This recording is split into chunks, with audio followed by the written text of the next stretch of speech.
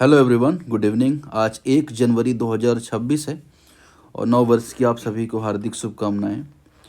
आशा करता हूं कि आप लोगों का ये साल मंगलमय हो, आप सभी का सिलेक्शन हो जाए इस बार। तो चलिए उसी दिशा में आगे बढ़ते हैं और बात करते हैं 1 जनवरी 2026 को कौन कौन से न्यूज़, कौन कौन से करंट अफेयर चर्चा में थे और वो किस तरह से यूपीएससी या वेरियस स्टेट सिविल सर्विसेज के एग्जाम में आ सकते हैं। मेरा नाम दिवस द्विवेदी है और चलिए हम इस डिस्कशन की शुरुआत करते हैं, जहां पर the Hindu, Indian express, PIB से करंट अफेयर्स के जो एमसीक्यूज़ बनाए जाते हैं, उस एमसीक्यूज़ के बेसिस पर आपको सारा डिस्कशन दिया जाता है, उसका स्टैटिक एनालिसिस दिया जाता है। तो उस डिस्कशन की चलिए शुरुआत करते हैं। बात करते हैं पहले करंट अफेयर की। पहली करंट अफेयर ये न्यूज किसके संबंध में? प्रलय मिसाइल के बारे में, कि with the reference to the Pralay missile following statements. Pralay missile के बारे में आपको जो अलग अलग स्टेटमेंट्स हैं उनके बारे में आपको बताना है कौन सी स्टेटमेंट करेक्ट है, कौन सी इनकरेक्ट है। प्रलय मिसाइल को बताने से पहले मैं आपको एक चीज़ बताता हूँ, आपको पता होना चाहिए बैलिस्टिक मिसाइल के बारे में। क्यों? क्योंकि इसका बैलिस्टिक मिसाइल से सीधा संबंध है। अगर आपको बैलिस्टिक और क्रूज मिसाइल के बारे में नहीं पता है, देखिए मिसाइल की जो टेक्नोलॉजी भारत में अगर हम बात करें, है ना, तो दो तरह की मिसाइल आपको बार बार आप सुनते हो, एक तो बैलिस्टिक मिसाइल, दूसरा होता है क्रूज मिसाइल। तो जो बैलिस्टिक मिसाइल है वो उसका पाथ इस तरह से होता है, मतलब अगर आप देखो वो ग्रेविटी के फ्लो के थ्रू क्या करती है, गिरती है एक जगह से। वहीं क्रूज मिसाइल का कुछ इस तरह से होता है। तो ये बेसिक बात हो गई, लेकिन क्या ये यूपीएससी में आएगा? नहीं आएगा। बस आपको ये पता होना चाहिए कौन कौन सी मिसाइल बैलिस्टिक मिसाइल के अंतर्गत आती हैं। तो अगर हम बात करें DRDO, defence research development organisation के बारे में, जिसके बारे में हमने कल भी डिटेल से देखा था, तो डीआरडीओ के द्वारा एक कार्यक्रम की शुरुआत की गई भारत में, बैलिस्टिक मिसाइल डेवलपमेंट प्रोग्राम। ठीक है, इसका पर्पस क्या था कि मिनिमम क्रेडिबल डिटरेंस क्रिएट करना, मतलब कि एक डिटरेंस क्रिएट करना किसके ऊपर? अगर हम बात करें जो हमारे शत्रु शक्ति हैं उनके ऊपर। ठीक है, अब इसमें नो फर्स्ट यूज की जो पॉलिसी उसको मजबूत बनाना प्रयास था।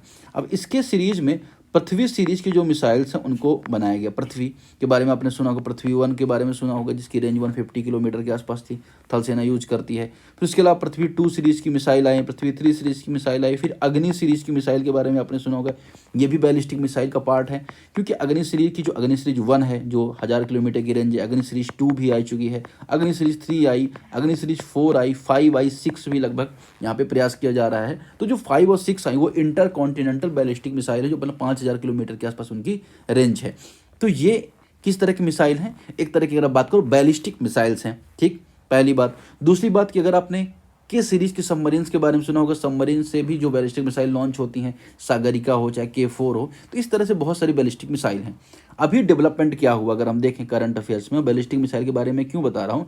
क्योंकि मैं यहाँ पे बात करूँगा किसके बारे में? मैं बात करूँगा यहाँ पे प्रलय मिसाइल के बारे में। डीआरडीओ ने उड़ीसा के तट से एक लॉन्चर से इंडिजिनस या भारत में बनी 2 प्रलय मिसाइल को लॉन्च किया है या उनका परीक्षण किया है। ठीक, अब ये जो प्रलय मिसाइल है ना, ये किस तरह का इंजन है? इसका सॉलिड प्रोपेलेंट इंजन है, सॉलिड प्रोपेलेंट इंजन है। ठीक है ना, ठोस ईंधन यहाँ पे यूज होता है। पहला फैक्ट इंपॉर्टेंट है, ये आपको यहाँ पे एकदम याद रखना। दूसरा, सरफेस टू सरफेस है, मतलब सतह से सतह, जमीन से जाएगी और जमीन पे गिर के मार करेगी, ये मिसाइल है। और इसकी रेंज कैसी है? 150 से लेके 500 किलोमीटर की इसकी रेंज है। मतलब क्या? ये क्वाजी बैलिस्टिक मिसाइल भी है, यह भी आपको यहाँ पे याद रखना है। ठीक है, अब आपके दिमाग में ये आता होगा कि आखिर क्वाजी बैलिस्टिक मिसाइल क्या होती है, ये भी मैं आपको बताऊंगा, लेकिन अभी यहाँ पे आपको ये याद रखना है कि इसके जो फैक्ट्स जुड़े हैं, ये सारे फैक्ट्स आपको यहाँ पे पता होनी चाहिए। ठीक, तो ये अभी लॉन्च किया गया है और उसका परीक्षण किया गया है, ये सारी बातें आपने यहाँ पे देख ली। अब अगर हम बात करें, ये नेविगेशन सिस्टम से भी लेस है, मतलब क्या करता है, ये सीकर से लेस है, रेडियो फ्रिक्वेंसी से लेस है, मतलब इसका जो टारगेट हिटिंग की फ्रिक्वेंसी है ना, ये अगर हम बात करें टारगेट हिटिंग की जो कैपेसिटी है, बहुत ही स्ट्रॉन्ग है, बहुत ही एक्यूरेट है। तो ये आपको याद रखना है प्रलय मिसाइल के बारे में। अब प्रलय मिसाइल को लेके स्टेटमेंट क्या बने हैं? It is the solid propellant surface to surface quasi ballistic missile with the range of 150 to 500 kilometre. ये सब मैंने आपको बताया। क्वाजी बैलिस्टिक है, सॉलिड प्रोपेलेंट है ना, क्वाजी बैलिस्टिक है, सरफेस टू सरफेस है। तो पहला स्टेटमेंट आई होप कि आपको पता चल गया होगा, ये करेक्ट है। दूसरा स्टेटमेंट है, it's quasi ballistic trajectory makes it more difficult to intercept than traditional ballistic missile. तो क्वाजी जो बैलिस्टिक इसकी जो ट्रेजेक्ट्री होती है ना, जो इसका पाथ होता है, वो क्या करता है, इसको डिफिकल्ट कर देता है ना, इंटरसेप्ट करने में। मतलब ये क्या है, कहीं ना कहीं ये हमारे लिए अच्छी बात है कि इसको आसानी से इंटरसेप्ट करके कहते हैं ना कि डेड नहीं किया जा सकेगा या इसको ख़त्म नहीं किया जा सकेगा।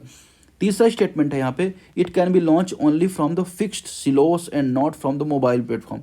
यह एक स्थान से फिक्स है, उसी से लॉन्च किया जा सकता है। इसे ले जाकर एक स्थान से दूसरे स्थान तक कैरी करके लॉन्च करना इतना पॉसिबल नहीं है। लेकिन यही स्टेटमेंट पे आप मार खा जाएंगे। ये स्टेटमेंट क्यों? क्योंकि मोबाइल लॉन्चर है।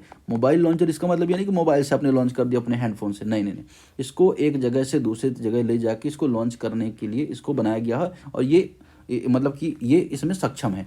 ये चीज़ आपको यहाँ पे याद रखनी है, ठीक। तीसरा स्टेटमेंट एलिमिनेट हो जाएगा, 1 और 2 यहाँ पे करेक्ट हो जाएंगे, ठीक है। आगे बढ़ते हैं नेक्स्ट क्वेश्चन की तरफ। नेक्स्ट क्वेश्चन किसके बारे में है?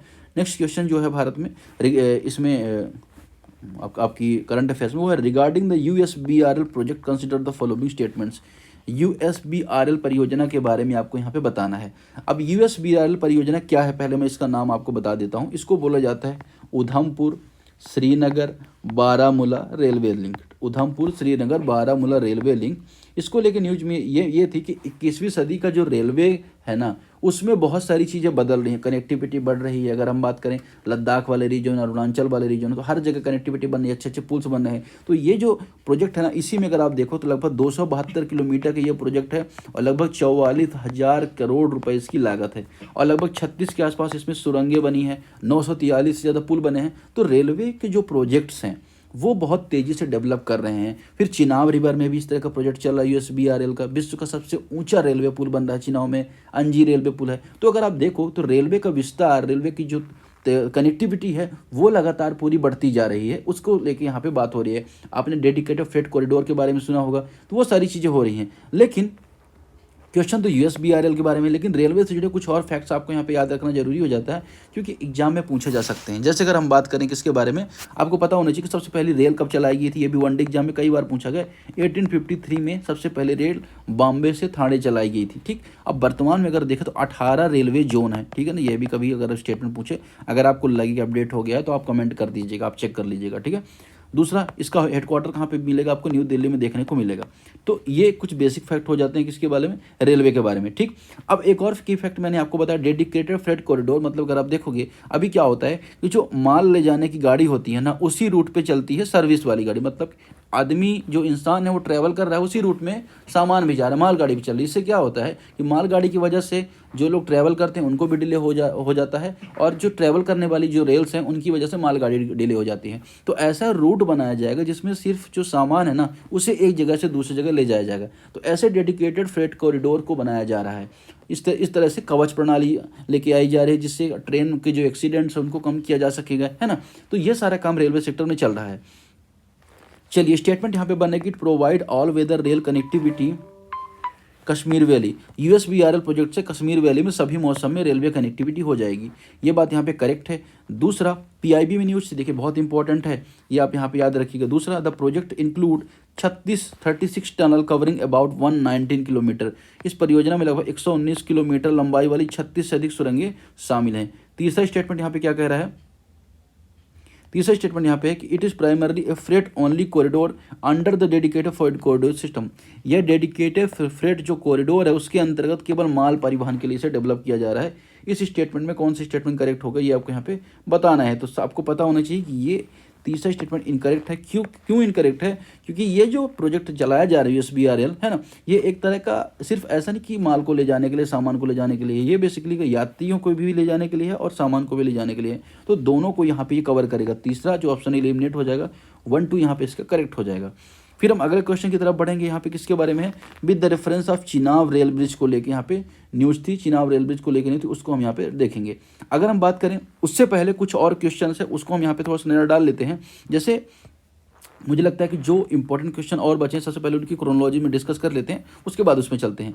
अगर आपने देखा होगा मार्केट एक्सेस सपोर्ट के बारे में, मार्केट एक्सेस सपोर्ट के बारे में क्या आपने देखा होगा कि सरकार क्या करती है, एक्सपोर्ट को प्रमोशन करती है, मतलब भारत से सामान का निर्यात ज़्यादा हो उसको बढ़ावा देने का प्रयास सरकार करती है। तो इसको लेके क्वेश्चन बना, regarding the market access support intervention consider the following statements. अब इसको लेके क्वेश्चन क्यों बना ये भी आपके लिए जानना जरूरी है, लेकिन ये भी आपके लिए जानना जरूरी है कि आखिर मार्केट एक्सेस होता क्या है, मार्केट एक्सेस सपोर्ट होता क्या है। तो भारत सरकार ने क्या किया, ईपीएम को शुरू किया। ईपीएम जो चल रहा था मतलब एक्सपोर्ट जो प्रमोशन मिशन चल रहा था, है ना, उसमें क्या मार्केट एक्सेस सपोर्ट को भी शुरू किया गया है। अब यह पहल क्यों शुरू की गई है, इस पहल का पर्पज़ क्या है, एमएसएमई द्वारा, जब मीडियम स्मॉल जो इंटरप्राइजेज हैं, एमएसएमई के द्वारा जो सामान बनाया जाता है ना, उसका निर्यात बढ़ाया जाए।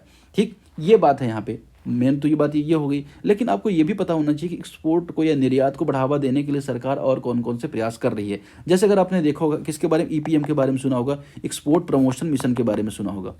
एक्सपोर्ट प्रमोशन मिशन, अब ये क्या है, होल ऑफ गवर्नमेंट अप्रोच। एक तरह से अगर आप देखें तो जो एक्सपोर्ट है उसको डाइवर्सिफाई करना, ग्लोबल वैल्यू चेन में भारत का जो एक्सपोर्ट है उसको भेजना, यहाँ पे प्रयास है। इसके अंतर्गत एमएएस स्कीम शुरू की गई, मार्केट एक्सेस सपोर्ट 2025 में, ठीक है ना।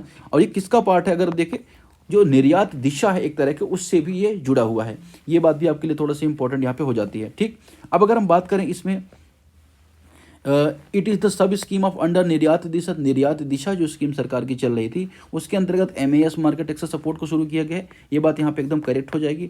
दूसरा, it mandates at least 35% MSME participation. इसका पर्पज क्या है कि जो एमएसएमईज हैं उनका पार्टिसिपेशन 35% होना चाहिए। चलिए, ये बात आपको यहाँ पे बतानी है करेक्ट है या नहीं, ठीक है, तो ये बात भी यहाँ पे एकदम करेक्ट है। तीसरा, it focus on buyers discover rather than subsidy based export promotion. यह सब्सिडी आधारित निर्यात प्रोत्साहन के बजाय खरीदार खोज या बायर्स डिस्कवर पर केंद्रित है। अभी तक क्या होता था, अभी तक सब्सिडी दे दी जाती थी कि चलो आप ये सामान को आप बाहर सस्ते में भेज दो, हम आपको यहाँ पे कुछ पैसा यहाँ पे सपोर्ट दे देंगे। तो ये यहाँ पे नहीं किया जाएगा, बल्कि प्रयास यहाँ पे ये किया जाएगा कि इस तरह से बायर्स मिले जहाँ पे क्या किया जा सके, भारत के जो सामान है एमएसएमई का, उनको भेजा जा सके। अब इसमें सही आंसर क्या हो जाएगा, सही आंसर क्या हो जाएगा, सी 1 2 3 इसका तीनों यहाँ पे सही आंसर हो जाएंगे। ठीक है, आगे हम बात करेंगे किसके बारे में, अरावली के बारे में। अरावली को लेके यहाँ पे न्यूज़ थी, उसको यहाँ पे समझेंगे, जानेंगे। अब अरावली को लेके न्यूज़ क्यों थी, आपने देखा होगा बहुत टाइम से अरावली जी बचाव को लेके यहाँ पे बात यहाँ पे चल रही है। लेकिन आपको पता है कि अभी सुप्रीम कोर्ट ने जो जजमेंट आया था उसको लेके यहाँ पे बात हुई थी। लेकिन अभी क्या हुआ है, सुप्रीम कोर्ट ने नवंबर 2025 में जो जजमेंट दिया था, उसमें सुप्रीम कोर्ट ने कहा था कि जो अरावली की परिभाषा है उसमें 100 मीटर तक की जो पहाड़ियाँ हैं ना, उनको इंक्लूड नहीं किया जाएगा। ठीक है ना, 100 मीटर ऊंचाई तक की। ठीक, अभी क्या हुआ कि जो डिसीजन बोला गया था ना, उसको अगर हम बात करें, उसको स्थगित कर दिया, उसको टाल दिया गया कि भाई ये परिभाषा हम नहीं मानेंगे। क्योंकि ये जो परिभाषा अगर देखा जाए ना, तो 12,000 के आसपास पहाड़ियाँ थी जो राजस्थान में थी, उनमें केवल 8,048 पहाड़ियाँ ही उसके क्राइटेरिया में आती है, बाकी सबकी हाइट छोटी है। क्योंकि अरावली एक तरह का रेजिडुअल माउंटेन है, वलित पर्वत है, बहुत पुराना पर्वत है, तो उसका जो छट गया है बहुत सारा हिस्सा, तो उसकी हाइट ऑलरेडी कम हुई है। लेकिन जो इकोसिस्टम है उसको मेंटेन करने के लिए बहुत इंपॉर्टेंट, खास तौर पर अगर आप देखेंगे इंडिया का मैप ये यहाँ पे बना हुआ, तो इस वाले रेंज में आपको पता होगा कि जो रेगिस्तान डिजर्टिफिकेशन है, खासतौर पे जो राजस्थान की तरफ से बढ़ रहा है पूरब की तरफ, उसको रोकता है, इकोसिस्टम को मेंटेन करता है, उसको लेकर यहाँ पे प्रयास यहाँ पे चल रहा था। इसके अलावा बहुत सारी नदियाँ, जैसे बनास से साहिबी नदी जो यमुना की सहायक है, लूनी नदी है, वो कच्छ के रण में से जो निकलती है, वो भी कहीं ना कहीं अरावली से जुड़ी हुई है। माउंट आबू वहाँ की सबसे ऊँची झील है। तो अगर हम बात करें कि कहीं ना कहीं इकोसिस्टम का पार्ट है और सबसे पुरानी पर्वत श्रृंखलाएं हैं, तो बहुत ज़्यादा न्यूज में था, यूपीएससी कुछ क्वेश्चन पूछ सकता है। तो चलिए स्टेटमेंट देख लेते हैं। It is the among world oldest fold mountain, विश्व की सबसे प्राचीन वलित पर्वत श्रृंखला है ये। ठीक है, ये यहाँ पे कहना चाह रहा है। दूसरा, इट फॉर्म वाटर से divide between the Indus Ganga river system. Water से डिवाइड यहाँ पे बताता है, जैसे देखिए, अगर आपने ये इस तरह का एक सिस्टम देखो जिसमें क्या होता है कि ईस्ट की तरफ फ्लो करने वाली नदियाँ इधर जाती हैं, ठीक है ना, और इधर की तरफ बहने वाली नदियाँ इधर जाती हैं, वेस्ट में जाती हैं। तो ये क्या करता है, एक तरह का जल विभाजक, वाटर शेड का काम करते हैं। एनसीईआरटी में आपने देखा होगा। तीसरा, Guru Shikhar is the highest peak of northern Aravalli range. Guru Shikhar इसकी जो उत्तरी सीमा है या उत्तरी रेंज है, उसका सबसे ऊंचा पीक यहाँ पे माना जाता है। ये यहाँ पे स्टेटमेंट कहना चाह रहा है। अब अगर हम बात करें इसका सही आंसर क्या हो, सही आंसर क्या हो, जो 1 2 यहाँ पे इसके करेक्ट आंसर हो जाएंगे। अरावली का जो संबंध है वो किस टाइम से, प्रोटोजोइक इरा से है। कब से, प्रोटोजोइक इरा से है, प्रोटोजोइक इरा से है। ठीक है ना, आज का नहीं है। और जो इंडस वाटर सिस्टम है, अगर हम बात करें, या तो जो इंडस गंगा जो रिवर सिस्टम है, उससे कहीं ना कहीं एक डिवाइडर का यहाँ पे काम करता ही है। ये बात आपको पता होनी चाहिए। ठीक, तीसरा अगर हम देखें, जो स्टेटमेंट है ना, नदर्न अरावली का ये पार्ट नहीं है गुरु शिखर, बल्कि सदर्न अरावली, दक्षिणी अरावली का पार्ट है। तो तीसरा ऑप्शन एलिमिनेट हो जाएगा, 1 2 यहाँ पे करेक्ट आंसर हो जाएगा। चलिए अब देखते हैं क्वेश्चन नंबर 7 को लेके। ये भी पीआईबी में था। With the reference of light and the lotus relics in अकर्न 1 कंसिडर द फॉलोइंग स्टेटमेंट्स। इसके संबंध में आपको बताना है। अब क्या आपको बताना है, क्या न्यूज़ थी, ये भी आपके लिए जानना जरूरी हो जाता है। तो अगर हम बात करें न्यूज़ क्या थी, न्यूज़ ये थी, गिव मी अ सेकंड, हाँ, न्यूज़ क्या थी कि संस्कृति मंत्रालय ने क्या कि मिनिस्ट्री ऑफ कल्चर ने एक प्रदर्शनी आयोजित की 3 जनवरी को। वो क्या करेंगे, उनके उद्घाटन करेंगे। 3 जनवरी 2026 को उनका उद्घाटन करेंगे। कहाँ पे? राय पिथौरा सांस्कृतिक जो परिसर है नई दिल्ली में, और उसका मेन आकर्षण केंद्र पिपरावा अवशेष, पिपरावा में जो बुद्ध के अवशेष मिले हैं उसको लेके यहाँ पे इसका मेन यहाँ पे देखा जा रहा है, इसको लेके अलग इंटरेस्ट बना हुआ है। तो इसको लेके चलिए आइए देखते हैं स्टेटमेंट क्या क्या बन रहे हैं। पहला, the exhibition showcased relics associated with the Gautam Buddha, Gautam Buddha की जो रिलिक्स थे, अवशेष थे, उसके संबंध में ये जो स्थल है उसके बारे में बात कर रहा है। दूसरा, the Piprahwa relics are link to the Shakya clan, Piprahwa अवशेषों का संबंध शाक्य वंश से है, दूसरा स्टेटमेंट है। तीसरा, the relics belong to the post Gupta period, ये अवशेष गुप्तोत्तर काल से संबंधित है, पोस्ट गुप्ता पीरियड से संबंधित है। अब इसके बारे में आपको यहाँ पे करेक्ट स्टेटमेंट बताना है, करेक्ट है या नहीं है, या जो भी है आपको यहाँ पे इसके बारे में बताना है।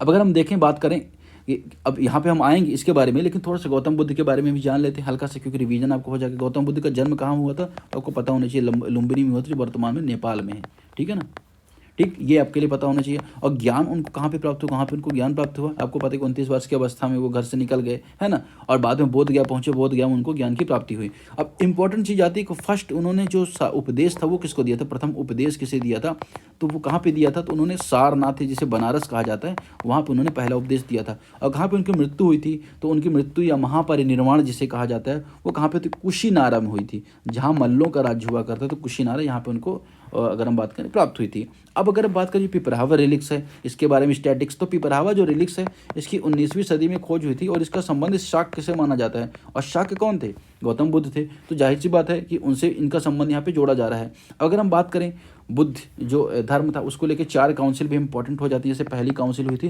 राजगृह में, है ना, राजगृह गृह जो अगर हम बात करें कहाँ पे था, बिहार में था। दूसरा अगर हम बात करें कहाँ पे, वैशाली में दूसरी काउंसिल हुई थी, Buddha council.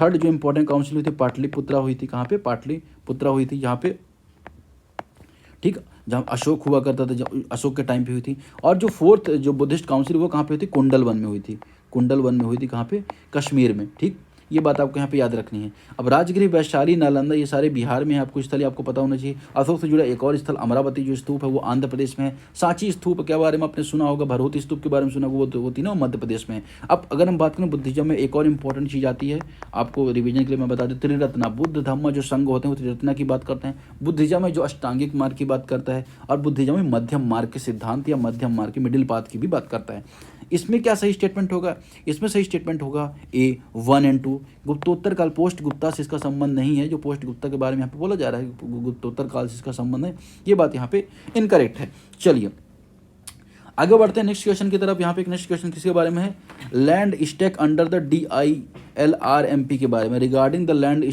Stack under the DILRMP, land stack के बारे में आपको यहाँ पे बताना है। अगर हम बात करें DILRMP के बारे में, जिसे कहा जाता है digital India land record modernisation programme, भारत की जितनी भूमि है उसको डिजिटलाइज करना, मतलब क्या, नक्शा खसरा जो कागज में होता था उससे बेहतर है कि अब डिजिटलाइज हो, डिजिटल में हो, जिससे लोग आसानी से एक्सेस कर पाएँ, धोखाधड़ी बंद हो। अब ये जो पहल है वो किसकी है, ग्रामीण एवं विकास मंत्रालय की पहल है, रूरल डेवलपमेंट जो मिनिस्ट्री उसकी पहल है। और ये किस तरह की स्कीम है, ये सेंट्रली स्पॉन्सर्ड स्कीम है, केंद्र प्रायोजित योजना। इसका मतलब क्या, इस योजना में जो खर्च की जिम्मेदारी सिर्फ केंद्र सरकार के ऊपर नहीं बल्कि राज्य और केंद्र दोनों के ऊपर होगी। इसका ऑब्जेक्टिव उद्देश्य क्या होगा कि जो भूमि के रिकॉर्ड उनको डिजिटलाइज करना, उनका रजिस्ट्रेशन करना, है ना, भूमि विवादों को कम किया जा सके। और लैंड स्टैक जो वर्ड यहाँ पे यूज किया जा रहा है वो किसके बारे में यूज किया जा रहा है, लैंड स्टैक का मतलब यहाँ पे आपको ये होगा कि GIS बेस्ड होगा। मतलब अगर हम बात करें कि जो मैपिंग है, या अगर हम बात करें डिजिटल जो मैपिंग होती है उसको यहाँ पे यूज किया जाएगा, single window land information system यहाँ पे होगा। और अगर हम बात करें ये सारा जो सिस्टम है UK, सिंगापुर, फिनलैंड जैसे जो मॉडल है उसको ध्यान में रखते हैं यहाँ पे ये बनाया जा रहा है, ठीक। तो ये बात हो गई।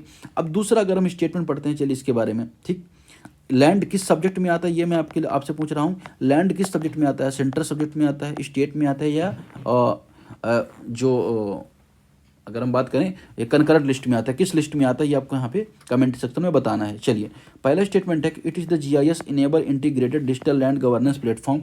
GIS सक्षम एकीकृत प्लेटफॉर्म है लैंड गवर्नेंस को लेके। इसका उद्देश्य अल्पावधि में निर्णायक भूमि स्वामित्व सुनिश्चित करना है, aims to ensure in conclusive land title short term, ये बात भी यहाँ पे करेक्ट है। तीसरा यह भूमि का जो अभिलेख है, या it enable interoperability across land record registration and valuation system, ठीक है ना। ये लैंड रिकॉर्ड ये जो भूमि अभिलेख का पंजीकरण मूल्यांकन इसके बीच अंतर संचालित सक्षम बनाता है। ठीक, इन तीनों में से सही स्टेटमेंट कौन सा हो जाएगा आपको यहाँ पे बताना है। सही स्टेटमेंट हो जाएगा ए 1 और 3। जो दूसरा ऑप्शन है यहाँ पे इनकरेक्ट है। इसका उद्देश्य अल्पावधि नहीं बल्कि लॉन्ग टर्म जो है सिस्टम है उसको क्या करना, मॉडर्नाइज करना इसका उद्देश्य है। ठीक, चलिए 9 क्वेश्चन के बारे में बात करते हैं। With the reference of airport authority of India consider the following statements. Airport authority of India को लेकर स्टेटमेंट यहाँ पे बताना है आपको, और ये न्यूज़ में क्यों था ये भी मैं आपको बताता हूँ। अब यहाँ पे स्टेटमेंट क्या क्या बनना है अगर आप देखें, it was the constitution under the airport authority India act 1994। इसको बनाया गया था 1994 एक्ट के अंतर्गत। दूसरा ऑप्शन यहाँ पे पूछा जा रहा है किसके बारे में, कि it emerge from the merger of national airport authority and international airport authority of India. या नेशनल जो एयरपोर्ट अथॉरिटी ऑफ इंडिया थी या international airport authority of India थी उसके विलय के अस्तित्व में आई थी।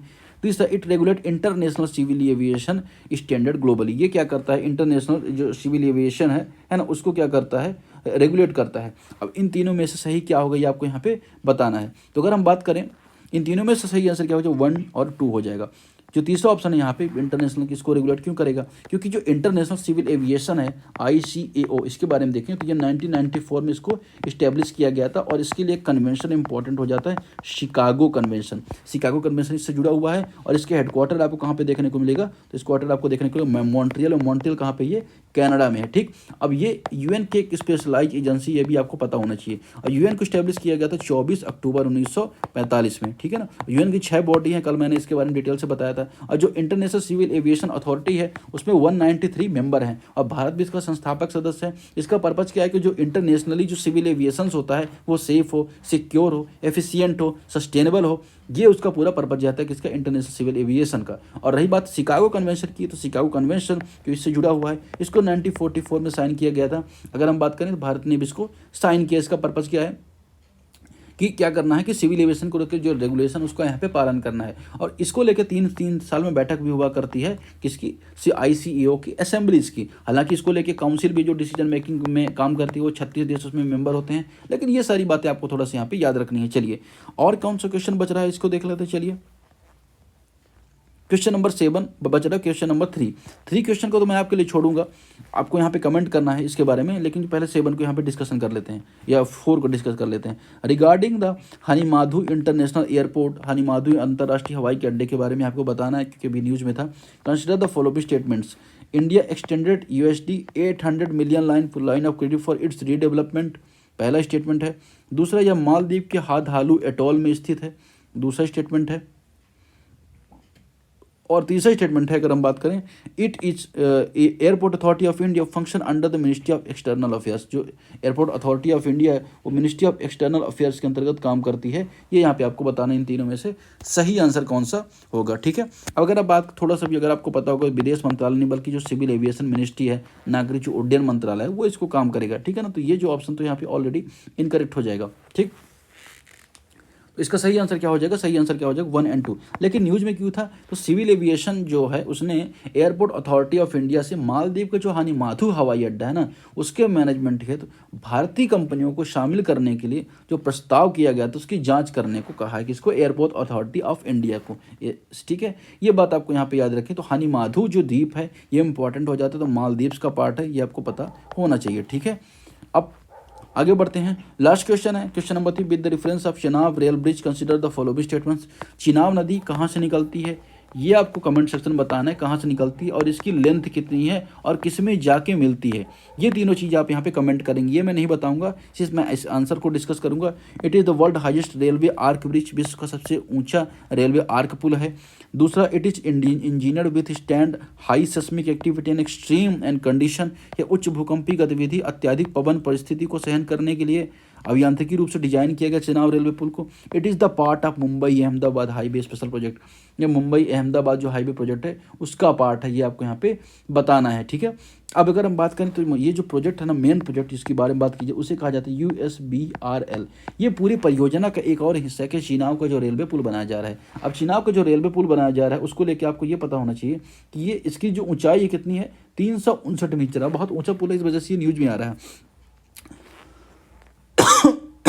तो इसमें सही आंसर क्या हो जाएगा, अगर हम बात करें तो सही आंसर क्या हो जाएगा, 1 एंड 2 यहाँ पे करेक्ट आंसर हो जाएगा। जो तीसरा स्टेटमेंट है ना, ये बोलो मुंबई अहमदाबाद, ये प्रोजेक्ट नहीं, सॉरी, अगर हम बात करें USBRL परियोजना का हिस्सा है, जिसके बारे में हमने ऑलरेडी डिस्कस किया था। ठीक, अब थोड़ा सा और यहाँ पे जानना आपके लिए थोड़ा जरूरी हो जाता है, किसके बारे में, चिनाब नदी के बारे में थोड़ा सा जान लेते हैं। जो चिनाब नदी होती है उसके बारे में, हालांकि मैंने आपको बोला है कि चिनाब नदी को लेके जो फैक्ट्स आप यहाँ पे कमेंट करेंगे, चिनाब नदी कहाँ से निकलती है, किस में जाके मिलती है, इसकी लेंथ कितनी है, लेकिन और चीज़ें मैं आपको थोड़ा सा सहायक बता देता हूँ। और चिनाब नदी को जो एंशंट हिस्ट्री में एक नाम मिला है, उसको कहा जाता है अश्किनी। अश्किनी का मतलब हुआ करता था चिनाब। और दो नदी चंद्रभागा मिलती है, चिनाब का निर्माण करती है। और भारत पाकिस्तान का जो सिंधु जल समझौता 1960 में हुआ था, तो झेलम सिंधु झेलम चिनाब जो नदी है वो पाकिस्तान का यूज करने के लिए उसको मिली हुई थी, और रावी ब्यास सतलज का पानी भारत को यूज करने के लिए मिला था। और ये सिंधु नदी तंत्र का पार्ट है। ये निकलती कहाँ से, हिमाचल प्रदेश से निकलती है, हिमाचल प्रदेश के लाहौल स्पीति से निकलती है। ठीक है ना, लाहौल स्पीति से निकलती है, कहाँ से, लाहौल स्पीति से। ठीक, और इसकी टोटल लेंथ 960 किलोमीटर है। ठीक, 960 किलोमीटर। भारत में कितना बहती है, भारत में 490 किलोमीटर बहती है। चलिए नया प्रश्न मैं आपको दे रहा हूँ। नया प्रश्न, चिनाब में कौन कौन से प्रोजेक्ट बने हुए हैं, 1-2 प्रोजेक्ट का आप यहाँ पे नाम कमेंट करना है। ठीक है, तो चलिए आज के डिस्कशन फिलहाल इतना ही, मिलते हैं कल।